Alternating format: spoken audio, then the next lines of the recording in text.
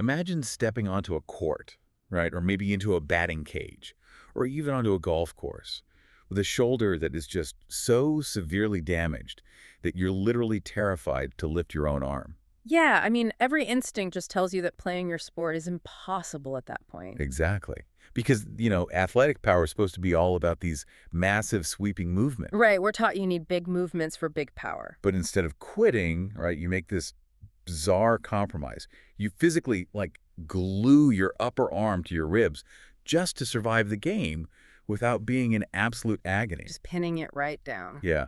And then something completely impossible happens. You don't just survive. Your shots, your speed, your explosive power, they don't get worse. They suddenly, inexplicably become magnitudes better. Which is wild. It is. You accidentally unlocked like a biomechanical superpower. It really challenges everything we intuitively believe about physical progression, Oh, totally. Because we're heavily conditioned to view an injury strictly as a deficit, like a degrading of our physical software that just ruins performance. Right. You get hurt, you get worse. That's the law. Exactly. So to hear that a severe limitation could actually force the body to discover this highly efficient, elite-level motor pattern, I mean, it's a fascinating paradox. Which is exactly our mission for this deep dive. We are unpacking this really highly detailed conversation we sourced between an intensely dedicated racket sports player and an AI biomechanics coach. It's some incredible source material. It really is.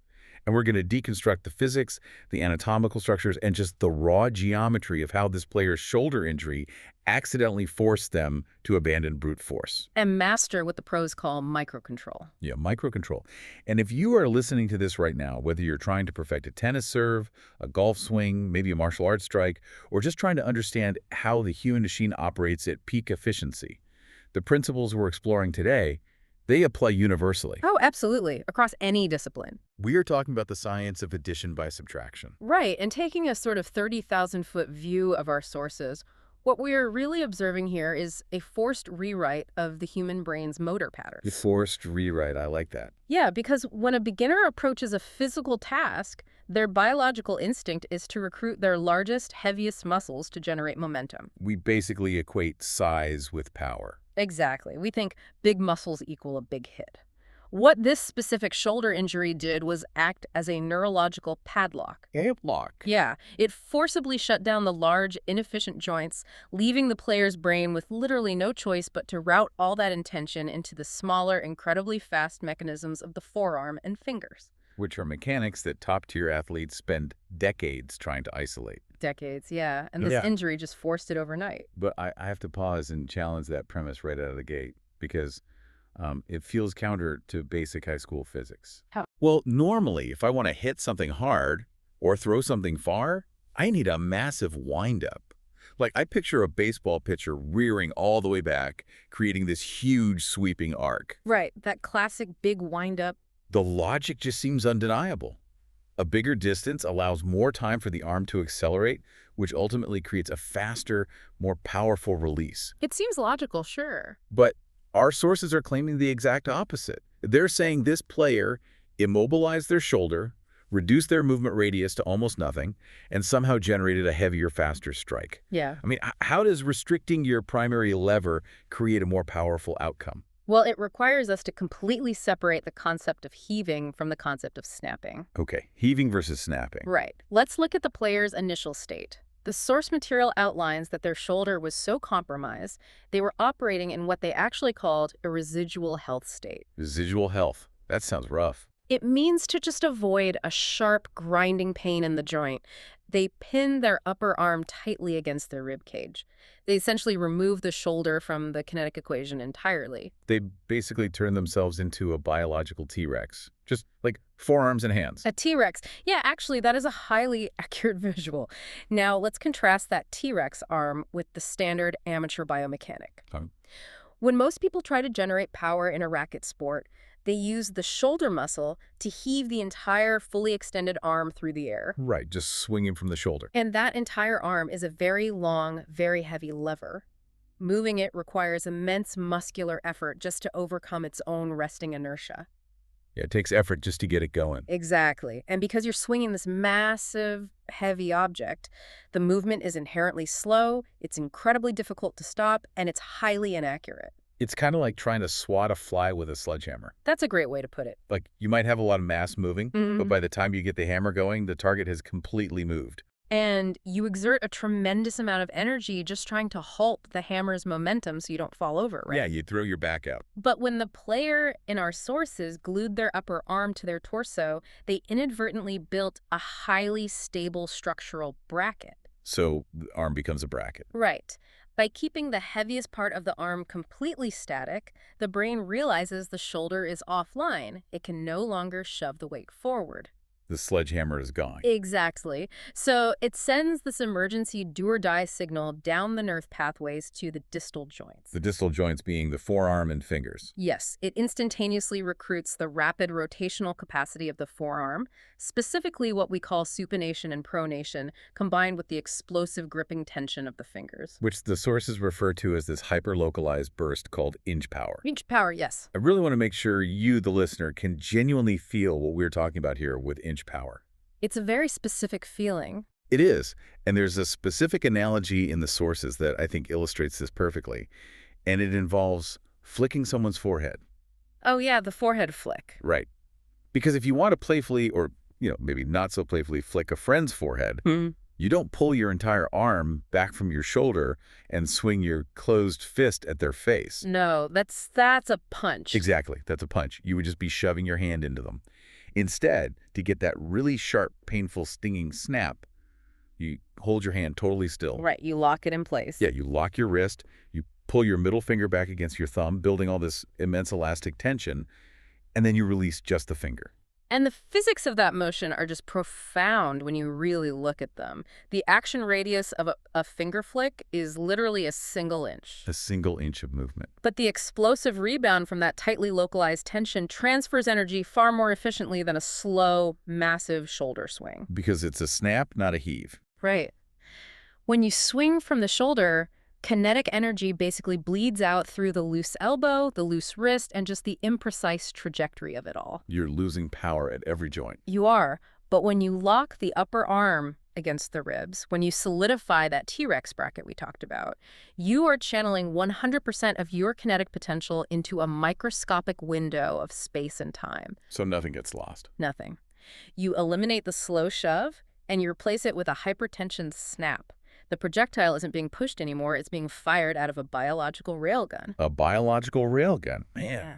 Okay, so that mechanical logic tracks beautifully for low shots. Yeah, for horizontal movements. Right. If the shuttlecock or the ball is right at chest level, keeping everything tight and snapping the forearm makes perfect sense. It does. But here is where the source material genuinely confused me for a moment. Oh. Yeah, because the player reported that their smash, the most dominant, aggressive, downward overhead strike in the sport, also became drastically faster and heavier. Right, the smash. My brain just rejects that. Because to smash something downward, you need to reach as high as possible. You need a massive high arcing swing to bring the racket down like an axe. That's what it looks like, sure. You need gravity and weight, right? How does immobilizing the shoulder, creating a literal dead stop, produce the explosive force required for a smash? Well, it creates cognitive dissonance because we mistakenly identify the upper arm as the axe. Oh, but it's not the axe. No, in elite biomechanics, the upper arm isn't the weapon at all. The upper arm is the brake pad. Wait, slow down. The brake pad. The brake pad, yes. The body part that feels like it's doing the most work is actually supposed to be slamming on the brakes. Yes, and the forearm is the whip. This is really the core of what we call the conservation of angular momentum. Okay, take me back to physics class. Let's do it. When a professional athlete executes a devastating overhead smash, the kinetic energy does not originate from the shoulder swinging in a continuous circle. It doesn't. No. The true kinetic chain is actually a sequence of violent accelerations and even more violent decelerations. Decelerations. Stopping. Exactly. It begins with the heavy masses. The player rotates their hips and torso. This massive core rotation drags the shoulder and the upper arm forward at very high speed. Okay, so the body is pulling the arm forward. Right, and the upper arm is holding a tremendous amount of kinetic energy simply because it is heavy and it is moving fast. Right. Basic mass times velocity. But here's the secret. Just fractions of a second before the racket hits the shuttle, the athlete violently contracts their muscles to stop the upper arm dead in its tracks. They just freeze it. It breaks completely. Now, the laws of physics dictate that the massive kinetic energy stored in that moving upper arm cannot simply vanish, right? Energy has to go somewhere. Exactly. Because the heavy arm has stopped, that energy wave is squeezed instantly into the lighter, smaller segments of the limb, the forearm, the wrist, and the fingers. Oh, wow. Because they have less mass, they have to move exponentially faster to carry the same amount of energy. Exactly the mechanism. It is a literal whip crack. Like an actual bullwhip. Think of a physical bullwhip, yeah. The handle of the whip is thick and heavy. The person throws the handle forward, but the crack doesn't happen until they abruptly pull the handle backward, until they break it. Right, you pull back on the handle to make it crack. Yes. The energy travels down the tapering leather, accelerating until the tiny tip actually breaks the sound barrier. That's crazy to think about. So, by pinning their arm to their ribs to avoid pain, the player in our sources was accidentally performing a highly advanced, ultra-short kinetic chain whip. They hacked the whip effect. They did. By eliminating the long, slow follow-through of the shoulder, they forced all their rotational energy to violently transfer right into the forearm. Let me test that logic with an analogy that might be a little visceral. Let's hear it. It sounds like a car crashing into a concrete wall at 60 miles an hour. Okay. The car is the upper arm. It hits the wall and comes to an instantaneous dead stop. But the crash dummy inside the car, which is the forearm, isn't bolted down. I see where this is going. Right, so the dummy continues launching forward at 60 miles an hour through the windshield. The energy doesn't die. It transfers directly to the unattached segment. It is a slightly grim visualization, but anatomically and physically, it is flawlessly accurate. So the dummy is the racket head. Exactly. If you don't break the car, if the shoulder just keeps swinging all the way through, the energy stays distributed across the whole slow-moving system. The snap never occurs. The car just slowly rolls to a stop. Right. And the tactical advantage this creates on the court is just terrifying for an opponent. Oh, I bet. The sources detail how this physical constraint basically forced the player to abandon what they called the full smash. Yes, the full smash. Which is that dramatic, leaping, full-body swing that looks so incredible on television. It looks great, but it has flaws. Right, because the problem with a massive follow-through is that your momentum carries you completely out of position. You land off balance, and you're vulnerable to a quick return. You're stuck recovering. But the injury forced the player to rely entirely on what they call the stick smash. The stick smash, yes. And that is essentially the engine of modern high-speed racket sports. So pros use this constantly. Absolutely. It relies exclusively on the abbreviated whip we just dissected. Because the swing radius is confined to the forearm, the upper body's center of gravity barely shifts. Because the car crashed, the body stayed still. Exactly. The player delivers a devastating blow, yet their feet remain planted, their balance is perfect, and their racket is instantly back in a neutral position to defend the next shot. I really want to dig into the psychology of this for a second, from the opponent's perspective. Sure. Think about the deception. Like if you and I are playing, right, and you're using a huge full-arm swing, I can read your body language like a book. I'm telegraphing my moves. Totally. I can see your shoulder drop. I can see your arm wind up behind your back. I have like a full second of visual warning to recognize that a massive smash is coming, and I can brace myself for it. Your nervous system has ample time to process the threat and initiate a defensive posture. Right. But the sources highlight this concept of 0.01 second microcontrol that emerges when the arm is pinned. The microcontrol. Yeah, because the player's upper arm never leaves their side. Their torso, what they call the coat hanger frame of the shoulders, remains completely static. It doesn't move. It looks identical whether they are preparing to hit a gentle drop shot, a high defensive clear, or a 100-mile-an-hour stick smash. The posture is exactly the same. The only physical change happens in the internal rotation of the forearm and the squeezing of the fingers at the absolute last millisecond. Which is invisible from across the net. It really is. Yeah. As an opponent, you are staring at a completely blank canvas. You have zero physical tells to anticipate what shot is coming until the projectile is already crossing the net. And that level of deception is the hallmark of elite play. You are literally weaponizing the opponent's reaction time against them by withholding all visual data. That's so devious. It is. But this brings us to a critical structural question. Okay, what's that? We have established how the power is generated through the breaking of the upper arm and the snapping of the forearm. However, timing and spatial geometry are just as vital as raw speed. Right, speed means nothing if you miss. Exactly. Why does locking the arm against the ribs mechanically force the player to hit the projectile in the absolute perfect location? Okay, yes.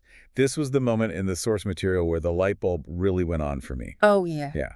The player noticed that by keeping their arm tucked against their side, they physically could not hit the shuttlecock unless it was out in front of their body. Let's analyze the geometry of the amateur strike to understand why that is such a massive revelation. Okay, paint the picture. When an untrained player takes a large, sweeping swing, their elbow and racket frequently travel far behind their head or even dip down behind their back. They just reach way back. Right, and this massive arc creates a dangerously large margin of error. It creates a false sense of security, doesn't it? It really does. The amateur brain thinks, it doesn't matter if my footwork is slow or if I react late, because I had this massive 6-foot swinging radius, I can just reach behind me and swan it.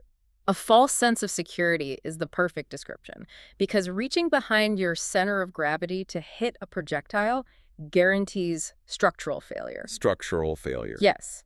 Your body weight is moving forward, but your strike is happening backward. The kinetic chains are moving in opposite directions. You're fighting yourself. You are. Furthermore, when you reach behind you, the angle of the racket face naturally opens up, pointing toward the ceiling. You end up slicing weakly under the projectile. You just sort of pop it up in the air? Exactly. But analyze the constraint the injured player applied. The human elbow is a unidirectional hinge joint. It only bends one way. Right. When your upper arm is pinned tight to your torso, the elbow can only flex forward into the space in front of your chest. So if your footwork is lazy and you let the shuttle drop behind your shoulder? You swing at oxygen. Wow. You physically cannot contort a pinned arm to reach backward. So the constraint forces accountability. That is an absolutely brilliant feedback loop. It's self-correcting. Let's track this loop. The player experiences pain, right? So they pin their arm. Right. Pinning the arm restricts the elbow to only bending forward. Yes. Because the elbow only bends forward, the player is forced to move their feet to ensure the shuttle is in front of their eyes before they swing. I have to get in position. And because the shuttle is out in front, there is no physical space left to take a huge winding swing. The runway is gone. So the brain panics, realizes it has zero runway, and fires the forearm and fingers to generate last-second power. It is a completely closed, self-correcting mechanical system. It is the purest definition of constraints-led learning. The physical limitation sculpted the optimal motor pattern without the player ever needing a coach to constantly yell at them. That's amazing. And we must emphasize why hitting in front of the body geometrically transforms the quality of the shot. Okay, let's break that down. For horizontal shots, like a flat drive, impacting the projectile in front of your chest is mechanically identical to pushing a heavy piece of furniture against a wall. Okay, I can picture that. Your skeletal structure is aligned right behind your hands. The racket face is perfectly vertical, driving straight through the center of mass. You have total leverage. But if you hit that same drive late, by your back hip, your skeletal leverage is broken. Your racket face scoops upward, and you send the shot weakly out of bounds. And when you apply that forward hip point to a downward smash, the geometry does all the heavy lifting, doesn't it? It really does. Because I always thought you had to consciously, violently snap your wrist downward to make a smash go down. A lot of people think that. But if you impact the shuttle slightly in front of your body's vertical axis, your extended arm naturally creates an acute angle relative to the floor. Right, the angle's already there. The racket face is already tilted down. You don't have to force it. Gravity, the forward momentum of your stepping body, and the outward snap of your forearm, they all naturally converge on one descending trajectory. Which perfectly explains the player's subjective experience in the sources. They noted their shots felt heavier and remarkably effortless. Because they stopped fighting their own anatomy. Exactly. They started aligning their skeletal structure to absorb and redirect force perfectly. Okay, so the logic for pinning the arm to the ribs is airtight for any shot at chest level or below. Absolutely. But we have to address the glaring structural challenge here. The high shots. Yeah. What happens when the opponent lobs the shuttle high into the air, deep into the back of the court? You cannot hit an overhead shot with your elbow glued to your ribs. You'd look pretty ridiculous trying. Right. You physically must raise your arm. Thus, how do you elevate your arm without immediately relapsing into that terrible habit of winding up the shoulder and taking a massive flapping swing? And that exact scenario is the graveyard of amateur progression. The It really is, because a player learns to keep tight on defense, right? But the second the projectile goes high, the panic response triggers. They freak out. The shoulder shrugs upward toward the ear, the elbow flares widely out to the side, and the brute force sledgehammer swing just returns instantly. Because if they lift the arm away from the ribs, they lose the physical bracket. They do lose it unless they understand the biomechanical secret utilized by national-level athletes. Ooh, what's the secret? The paradigm shift is realizing that reaching for a high shot is never about lifting the shoulder. It is exclusively about pushing the elbow. Pushing the elbow. Okay, I want you to walk me and the listener through exactly what that looks like physically. Okay, visualize your arm in its tight defensive posture against your ribs. Your upper arm and your forearm form a sharp letter V, or perhaps a compact L shape. Okay, I've got the V shape in my head. The racket is up near your face. Now, when the shuttle is hit high above you, the fatal mistake is opening that V shape. Straightening the arm out. Right, straightening it out and trying to swing the whole straight line up to the sky. Instead, you lock that V shape in place. You don't unbend the elbow. You keep the forearm and upper arm structurally rigid relative to each other. Then you take the actual point of your elbow and you push it diagonally upward and forward, directly at the falling shuttle. So the entire folded unit elevates together. Oh, yeah? Like a forklift raising a pallet. That is a perfect analogy. The angle of the elbow joint doesn't change until the absolute last second. Precisely. The upper arm does detach from the rib cage. I mean, it might rise to a 45 or 60-degree angle from your torso to gain altitude. Sure, you have to reach up. But its mechanical function remains identical. It is not swinging. It has simply relocated to become a high-altitude launch pad. A launch pad for the forearm. Yes. Its only job is to be pushed up into that space, hold completely still, and serve as the rigid brake pad we discussed earlier, allowing the forearm to whip outward from a higher vantage point. Okay, I understand the theory of the high-altitude launch pad. But practically, that sounds incredibly difficult to stabilize. Like when my upper arm is touching my ribs, I have tactile feedback. You can feel the anchor. Right. My torso is a literal physical wall, preventing my arm from swinging backward. It's an anchor. But the moment I push my elbow up into empty space, I lose that wall. The arm is floating. Exactly. My arm is floating. Without a physical barrier, what stops my shoulder from instinctively winding backward in midair? Like, how do I build a wall out of thin air? That is a highly sophisticated mechanical problem, and the source material actually provides 3 distinct solutions, which they call virtual anchors. Virtual anchors. I love that. Because you have abandoned the physical wall of your rib cage, you must artificially manufacture internal tension to lock the shoulder joint in space. Okay, let's dissect them. How do we create these virtual anchors? Well, the first mechanism relies on a cross-body kinetic chain. Specifically, it utilizes the non-hitting hand. The left hand, assuming you're right-handed. Exactly. Let's assume you are holding the racket in your right hand. As you push your right elbow diagonally upward to prepare for the struck, you simultaneously extend your empty left hand high and forward. So you're tracking the path of the shuttle with your left hand. Yes. Then, a fraction of a second before you initiate the right forearm snap, you violently rip your left hand downward, tucking your left elbow forcefully into your left rib cage. Wait, let me visualize that. I'm reaching up with both hands, and right before I hit with the right, I yank the left side of my body down. Right. It's a counterweight mechanic. It creates a massive instantaneous cross-body tension. By violently contracting the muscles on the left side of your torso and back, you create a rigid muscular web across your chest. Oh, wow. This sudden, immense tension acts like pulling the emergency brake on your right shoulder. It forcefully paralyzes the right side of the body in midair, rendering it structurally incapable of swinging forward. So you have literally built a wall out of pure muscular antagonism. You're weaponizing the left side of your body to immobilize the right side.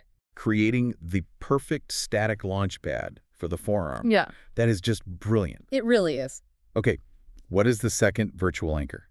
The second anchor moves away from muscular tension and relies entirely on skeletal architecture. It is referred to in the sources as the bone lock. The bone lock.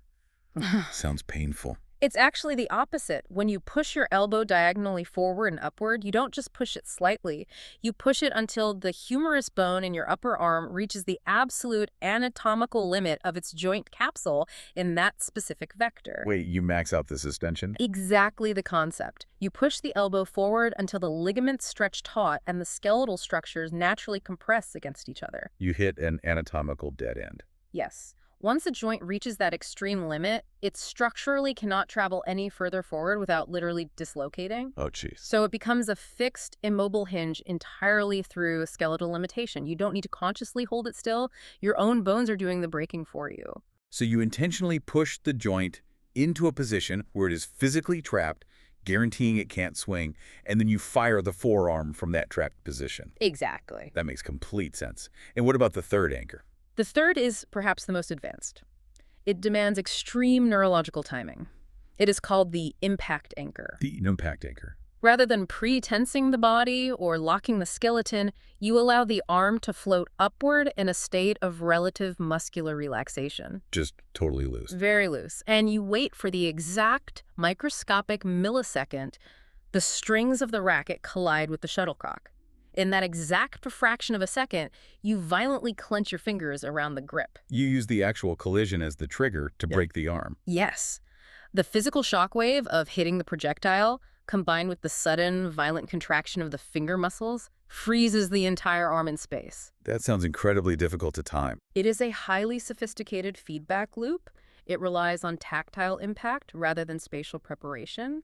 It requires thousands of hours to perfect, but when executed, it transfers 100% of the energy purely at the point of contact. This level of detail is just staggering. We're talking about engineering human movement with the precision of a high-performance engine. We really are. But I want to shift the lens here for a moment, because the source material transitions from this sort of physics masterclass directly into a medical revelation. Right, the injury itself. Yeah, and it forces us to completely reevaluate how we view sports injuries, because the player noted a miraculous side effect. Once they adopted this new motion pushing the elbow forward into a locked position rather than swinging the shoulder, their chronic, agonizing shoulder pain vanished. It didn't just lessen. Right. Not mitigated, vanished. Vanished. So let's test that logic. How does a slight change in the trajectory of the elbow instantaneously cure a physical injury? Well, to understand the cure, we must deeply understand the mechanism of the injury itself. We need to look closely at a pathology called impingement syndrome. Impingement syndrome? Yes, which is the silent epidemic of nearly all overhead athletes.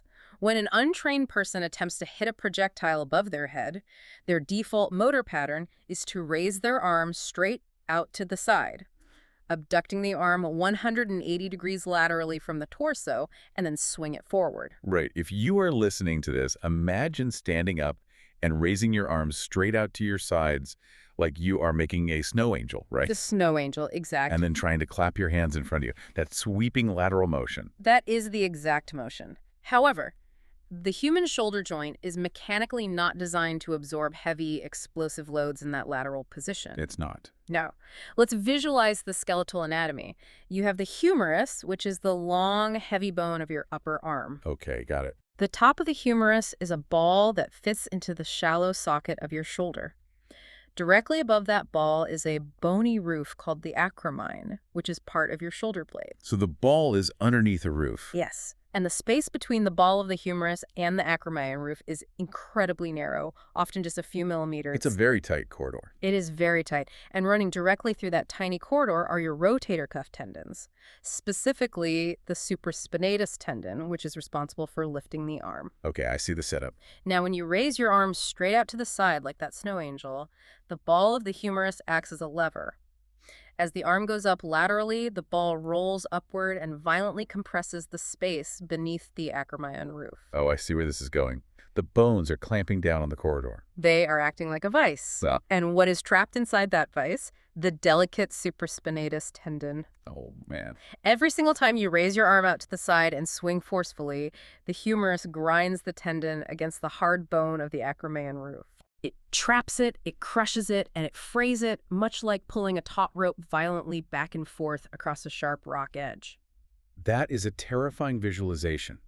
It makes my shoulder ache just thinking about it. It's mechanical grinding.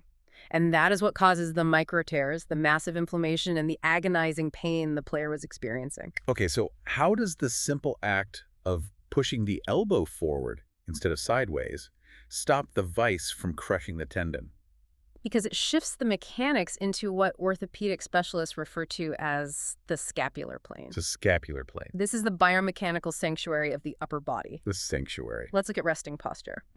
If you look at a human skeleton from a top-down view, the shoulder blades, the scapula, do not sit perfectly flat on the back. They do. No, because the human rib cage is an oval cylinder, the shoulder blades naturally contour to that curve, meaning they angle forward at roughly 30 to 45 degrees. So our natural architectural alignment isn't perfectly square to the sides. It's pitched slightly forward. Exactly. So when you push your elbow diagonally forward into your field of vision, aligning your upper arm with that natural 30 to 45 degree angle, you are raising your arm within the scapular plane. And what happens in that plane? In this specific geometric zone, the mechanics of the joint change completely. The capsule remains loose, the humerus does not roll aggressively upward, and the space beneath the acromion roof is maximized. The corridor stays open. Exactly. The supraspinatus tendon is given a wide, unobstructed pathway to glide freely. There is absolutely zero grinding. The vise never closes. Wow. This reframes the entire narrative of the injury. Doesn't it? The pain the player was feeling wasn't a random stroke of bad luck or a sign of weakness. The pain was an incredibly precise, real-time biomechanical diagnostic tool. It was biofeedback. It was the body's alarm system physically punishing the dangerous lateral movement that was destroying the tendon. Yes. And the sudden absence of pain was the body's reward system, confirming that the new forward movement in the scapular plane was mechanically flawless. It was a perfect correction. The injury didn't just force a tactical change. It violently guided the player away from anatomical self-destruction. That is a deeply insightful synthesis, because pain is fundamentally a signal of structural failure. By refusing to swing through the pain and instead adapting the movement to find the pain-free pathway, the player accidentally reverse-engineered optimal orthopedic alignment. Which brings us to a massive, glaring contradiction in how sports are taught. Okay, let's get into it. Because if everything we just discussed is true, if keeping the arm compact, pushing the elbow forward into the scapular plane, locking the joint, and firing the small muscles is mechanically superior, infinitely more deceptive, and literally protects the body from destroying its own tendons. Yes. Why isn't this day one instruction?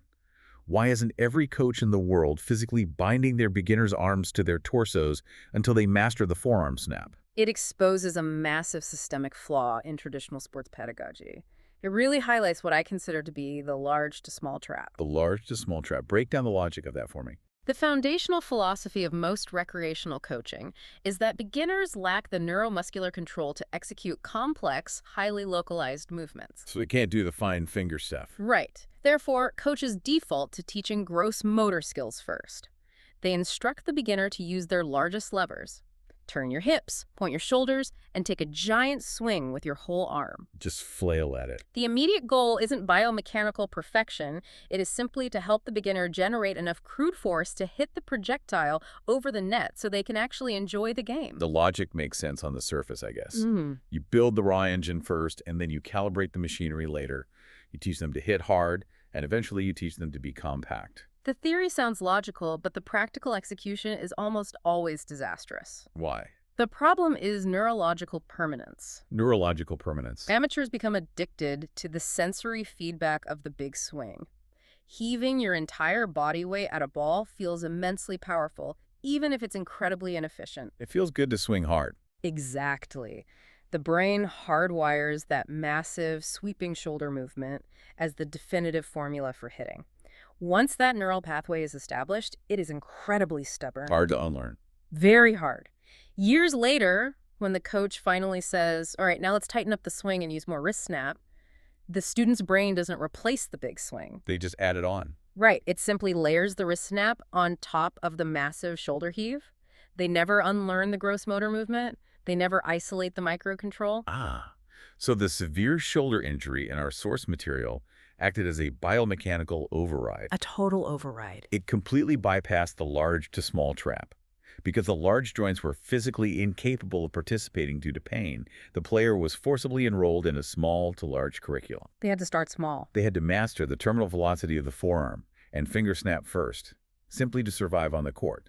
They perfected the micromechanics, and only after the foundation was flawless did they slowly reintegrate the larger body rotation. It is a complete inversion of the standard developmental timeline, and it proved vastly superior.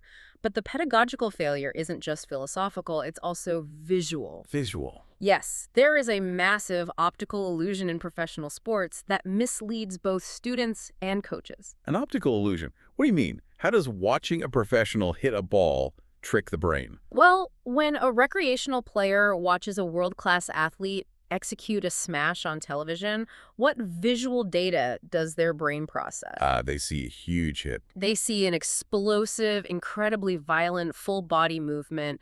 They see the athlete's arm whipping through the air at a blur. Right. The amateur takes this visual information entirely literally. They conclude, to generate professional power, I must swing my arm as fast and as wide as humanly possible. Right. They attempt to mimic the sheer kinetic violence they are watching. But what the amateur sees is a byproduct, not the mechanism. The professional is not utilizing their deltoid muscle to drag their arm through the air. The professional is generating force from their feet, transferring it through a rotational core torque, and crucially executing that invisible microsecond brake with their shoulder to launch the forearm. The brake pad we talked about. Exactly. The professional has practiced this sequence so many hundreds of thousands of times that the braking mechanism is entirely subconscious. They don't even know they're doing it. So when that professional retires and becomes a coach, they often struggle to articulate the micromechanics. They tell the student, just swing your arm through, because that's what it feels like they're doing. Oh, wow. The coach is trying to communicate an internalized feeling, but the student is attempting to blindly mimic the external aesthetic. It's a huge disconnect. That is a massive breakdown in physical translation. The student misses the invisible braking mechanism entirely and just heaves their shoulder. Completely misses it. And let's be honest about the physical realities of the modern amateur, too. Pushing your elbow diagonally upward, maintaining that tight structural V shape, and operating strictly within the scapular plane that requires a significant degree of thoracic mobility and shoulder flexibility. It is a physically demanding posture. Consider the average recreational player's daily life. Sitting at a desk. They likely spend 8 to 10 hours a day slumped over a keyboard or staring down at a smartphone. Their pectoral muscles are chronically tight, their thoracic spine is locked into a forward curve, and their shoulders are internally rotated. That's a mess. If you instruct that individual to push their elbow high and forward into the scapular plane, they will physically hit a wall of tight fascia and restricted joint mobility. It will feel incredibly uncomfortable. So their body seeks an escape route. Exactly. The human body is a master of compensation. To get the racket up to the shuttle without stretching those tight chest muscles, the body takes the path of least resistance. It raises the arm straight out to the side, Leaving the scapular plane. It's an orthopedic nightmare that guarantees impingement, but in the short term, it bypasses the flexibility deficit. Coaches observe this struggle, and rather than halting the lesson to prescribe 6 months of intensive mobility therapy for a casual player, they compromise. They just let it happen. They permit the lateral swing just so the student can make contact and have fun. It is a compromise of convenience that basically guarantees a permanent skill plateau and eventual injury. Yes, unfortunately. The addition by subtraction method we are analyzing, like stripping away the large joints entirely, is genius, but it demands an acute physical awareness that most people never develop unless, like our subject, they are violently forced into it by pain. It takes an extreme catalyst, usually. All right, we have built a highly detailed, unified theory of striking biomechanics. We covered a lot of ground. The rules are clear. No. Lock the large joints to act as brakes, force the impact point to the front of the body, fire the small joints for speed, and operate exclusively within the scapular plane to protect the anatomy. That's the formula. Now, I want to pressure test this unified theory. Let's apply these rules to what is universally acknowledged as the most awkward, frustrating, and mechanically demanding shot for any amateur racket sports player. Oh, I know what this is. The deep backhand clear. The deep backhand clear. The backhand from the deep rear corner. It is the ultimate crucible of biomechanical efficiency. You cannot muscle a backhand. You really can't. If your kinetic chain is flawed, the shuttle will barely reach the net. Let's diagnose the pathology first. When an amateur turns their back to the net and the shuttle is falling over their non-dominant shoulder, What is the sequence of mechanical failures that results in a terrible shot? The standard amateur backhand fails because the brain Right. panics, right? It attempts to apply the large sweeping arm logic to a reverse posture. That's exactly it. The player turns their back to the net. To reach the shuttle, they lift their arms straight out to the side, parallel to the net. There's that lateral raise again, leaving the scapular plane. Yes, and the consequences here are even worse. Yeah. By raising the arm laterally across the chest, the player physically locks the elbow joint into full extension. It becomes a completely straight, rigid pull. A locked hinge. Furthermore, because the arm is reaching out to the side, the point of impact is inherently trailing behind the body's center of mass. It's behind them again. So the player has a completely stiff arm, the projectile's behind them, and they attempt to generate force by sweeping this entire straight, rigid lever backward from the shoulder joint. And the result? The resulting swing is incredibly slow, visually awkward, and produces almost zero kinetic energy. It hits the shuttle like a collapsed parachute. A collapsed parachute. Perfect description. So how does our new biomechanical algorithm completely rewrite this nightmare? Let's walk through the exact physical execution. Okay, we apply the exact same principles we use for the smash, merely oriented in a different direction. Phase 1. Phase 1 is the pinned arm prep. As you pivot and turn your back to the net, moving toward the deep corner, you aggressively suppress the instinct to let your arm fly out. Keep it tight. You keep your upper arm tightly glued to your rib cage. Your racket hand is tucked closely against your torso. You are compressing yourself into a tightly coiled spring, preserving tension. Okay, the structure is tight and compact. Phase 2. Phase 2 is establishing the forward launch pad. This is the moment most players fail due to spatial disorientation. How so? To elevate the racket toward the falling shuttle, you absolutely do not raise your arm out to the side toward the net. Instead, you push your elbow forward. Let's clarify the geometry for the listener, because forward is a relative term here. It is. If my back is entirely turned to the net, pushing my elbow forward means I am thrusting it directly toward the back wall of the court. Correct. You push your elbow forward relative to your own sternum. By pushing the elbow directly into your line of sight toward the back wall, you ensure the shoulder joint remains safely locked within the scapular plane. Ah, keeping the joint safe. You have elevated the entire compact structure to create a high-altitude launch pad, with the point of your elbow aiming almost directly at the shuttle. Okay, the elbow is high and pointing at the back wall. The shoulder is safe.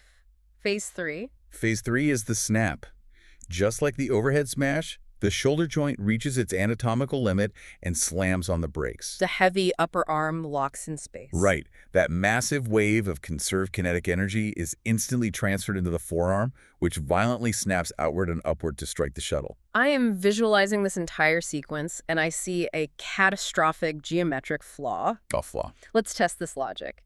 If my back is fully turned to the net, and I push my elbow toward the back wall, and then I snap my forearm straight outward to its maximum extension, my racket face is not going to be facing the net. Oh. The strings are going to be completely crooked, slicing the shuttle sideways toward the sidewall. How can a biomechanically perfect swing produce a completely crooked strike? You have identified the exact geometric puzzle that separates amateurs from professionals. Okay, what's the solution? To solve it, we must introduce the final variable of the backhand equation, the grip correction password. The grip correction password. The source material explains that elite players intentionally alter their grip to mathematically cancel out that awkward anatomical angle. They change how they hold the racket. Yes. When an amateur attempts a backhand, they intuitively place the flat pad of their thumb flush against the widest, flat back section of the racket handle for maximum support. Right. Pressing the thumb flat against the back feels like you're getting the most leverage to push the racket. But that flat placement aligns the racket perfectly with the forearm. So, as you correctly noted, when the arm extends backward, the racket points sideways. It slices. To fix this, professionals shift to the diagonal bevel grip. Diagonal bevel grip. They slide their thumb slightly off the wide flat back, resting it precisely on the diagonal ridge, the bevel that sits between the wide back and the thin side of the handle. Let's look closely at the geometry of the hand. What does moving the thumb a fraction of an inch onto a ridge actually accomplish? It acts as a mechanical offset. By resting on the diagonal ridge, you naturally rotate the shaft of the racket within your fingers by approximately 30 to 45 degrees. Oh, I see. You are intentionally building a physical angle compensation into your grip. So you're pre-rotating it. Exactly. So let's run the sequence again. Your back is turned, your elbow pushes safely into the scapular plane, your forearm snaps outward to its absolute anatomical limit.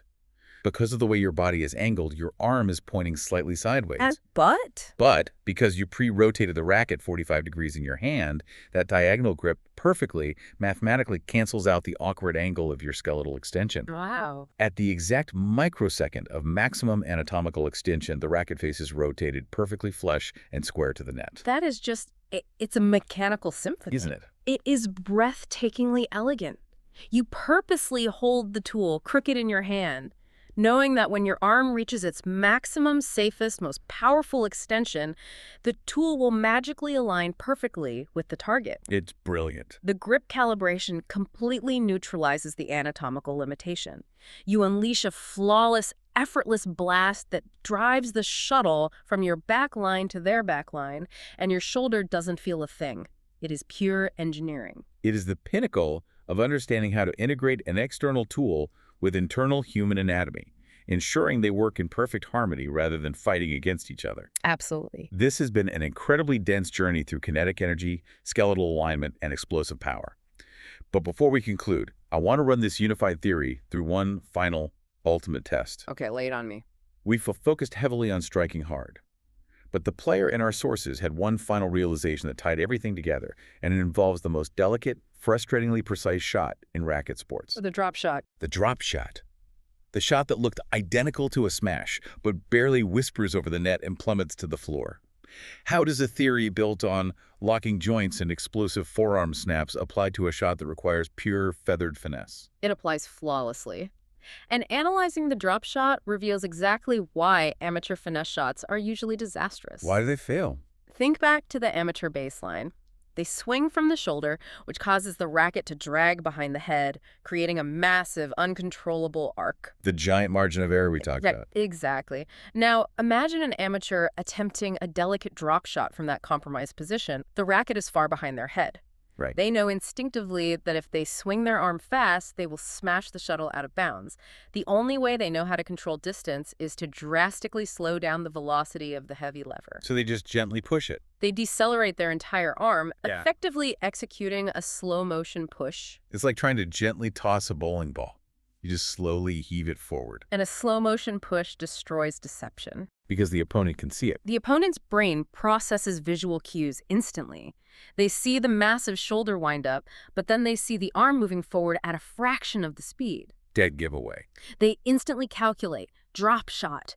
They are sprinting to the net before the amateur even makes contact. The shot is intercepted and killed. So how does our constraint, the pinned arm, rewrite the mechanics of finesse? Because the player's injury forced them to pin their arm, they were geometrically forced to hit the shuttlecock in front of their body's vertical axis. The front hip point again. As we established, hitting out in front naturally creates a downward tilt on the racket face upon impact. The racket is already angled toward the floor. Right. Gravity and the forward lean of the body dictate the angle. Now here is the biomechanical magic. Because the racket is already angled down and the impact point is out in front of the chest, there is physically no space left to push the shuttle forward. You can't heave it. If you push, you just drive it straight into the net. So to control the distance without pushing, the player's body naturally adapted. What did it do? It discovered a micro-movement, a delicate high-speed slice or wrapping motion, utilizing the fine motor control of the fingers and the rotation of the forearm. A slice. Let's visualize that. You aren't hitting the shuttle flat on the cork. You are cutting across the side of it. Precisely. Instead of a flat collision, the strings brush rapidly across the side or the base of the shuttlecock. Oh, wow. This brushing action creates immense friction. This slicing friction acts as an aerodynamic brake. It bleeds the forward momentum off the projectile without requiring you to slow down the speed of your arm. Oh, the implications for deception are massive. They're huge. You can execute the exact same explosive forearm snap we discussed for the smash. You can swing the racket head at 100 miles an hour. Looks just like a smash. To the opponent staring at you from across the net, the kinetic violence looks identical to a lethal stick smash. But at the final microsecond, out in front of your body, you use your fingers to slice the cork. The friction kills the speed? The racket moves at blinding speed, but the shuttle barely drifts over the net and dies. It is the ultimate weaponization of visual data. You feed the opponent the visual cues of extreme speed, but you deliver a shot of extreme delicacy. It's basically a magic trick. And this microcontrol of the slice is only geometrically possible because locking the arm forced the hit point to the front, which provided the downward angle which necessitated the use of the fingers. If we synthesize every single concept we have unpacked today, from the explosive whip of the smash to the heavy leverage of the flat drive, the mechanical offset of the backhand, and the slicing friction of the drop shot, we haven't just analyzed a few racket techniques. No, we've gone much deeper. We have uncovered the foundational kinetic algorithm of human striking mechanics. The algorithm is breathtaking in its simplicity and universal application. Pin the massive, inefficient joints. Turn them into brakes. Repurpose them from engines into structural brakes. Force the point of impact into the space in front of your eyes. Ensure the entire apparatus operates within the safe confines of the scapular plane. Protect the joints. And finally, trigger the small, rapid joints to transfer the conserved energy. Whether the goal is shattering power or whispering finesse, the underlying skeletal architecture is identical.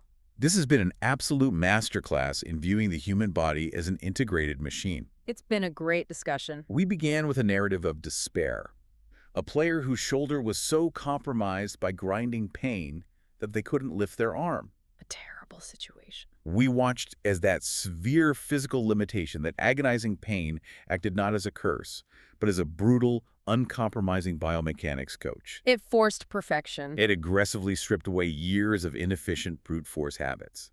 We explored how locking the upper arm to the ribs built an immovable physical bracket, forcing the nervous system to panic and discover the supersonic localized whip of the forearm and fingers. The inch power. We dove deep into the physics of angular momentum, visualizing how a dead stop in the heavy shoulder acts like a car crash, squeezing kinetic energy down the arm to launch the racket head at blinding speeds. Whip effect. We broke down the geometry of the physical constraint, seeing how hitting in front of the body creates flawless, effortless angles for both devastating downward power and total visual deception. Creating that blank canvas for the opponent. We unpack the medical marvel of the scapular plane, proving that pushing the elbow forward rather than sideways physically opens the joint capsule, preventing the humerus from crushing the supraspinatus tendon. Healing through movement. We dissected the pedagogical trap of teaching large movements first, and how an injury acted as a hack to learn the critical micro-movements of the fingers. The small to large curriculum. And finally, we saw how this exact same philosophy of addition by subtraction untangled the notoriously complex geometry of the backhand through grip calibration and unlocked the deceptive slicing friction of the perfect drop shot. It serves as a profound philosophical reminder, really. I think so too. True. Elite mastery of any complex physical system, and perhaps any complex intellectual or professional system as well, is almost never achieved by adding more raw force, more sweeping movement, or more sheer grueling effort. It's not about trying harder. Mastery is almost always the result of finding the exact, perfect structural alignment, ruthlessly stripping away the inefficient, bulky excess, and allowing the laws of physics and anatomy to execute the heavy lifting for you. Which brings me back to the provocation we started with. Right.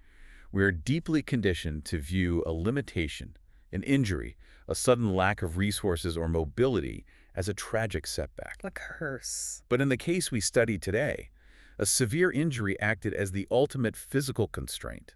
It forcibly deleted the clumsy brute force mechanism and uncovered a world of high-efficiency microcontrol that the player never would have found otherwise. It's a powerful shift in perspective. So I want to leave you, the listener, with a final thought to mull over. Take these biomechanical principles and apply them to your own life. Broaden the scope. Think about your own profession, a complex hobby, or a specific, difficult skill you are struggling to master right now. Ask yourself, what is your upper arm? What's holding you back? What is the massive, clumsy, brute force tool or habit or strategy that you rely on far too heavily simply because it feels comfortable and familiar? Your sledgehammer! If you woke up tomorrow and found yourself artificially restricted from using it, if you tied your own proverbial arm to your ribs, what brilliant, high-efficiency, deeply hidden micro-skills might your brain be forced to discover in the quiet space left behind? That's a question worth asking. Thanks for joining us on this incredibly deep exploration of limits, physics, and true mastery. We'll see you on the next deep dive.